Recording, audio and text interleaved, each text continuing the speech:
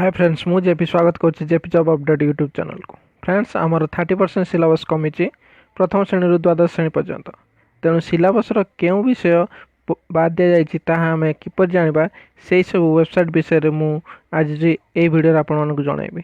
तेणु शेष पर्यंत ये वीडियो को देखूँ। देखो फ्रेंड्स, तीनोटी कमिटर सुपारिश क्रमे 30% सिलेबस कमी सूचना देते माननीय शिक्षा मंत्री समीर रंजन दास। तेणु 30% सिलेबस कौन सब रही आसतु आम जाना। फ्रेंड्स, कॉम्पिटिटिव एग्जाम थिबा विषय सब स्थानित कराई एवं आम राज्य गुरुत्वपूर्ण थिबा विषय सब रखाई। यह छाड़ी अन्य सब विषय सब बाद दि जाए एवं केउ वेबसाइट रू आम यही सब विषय विषय जापर आसतु देखा।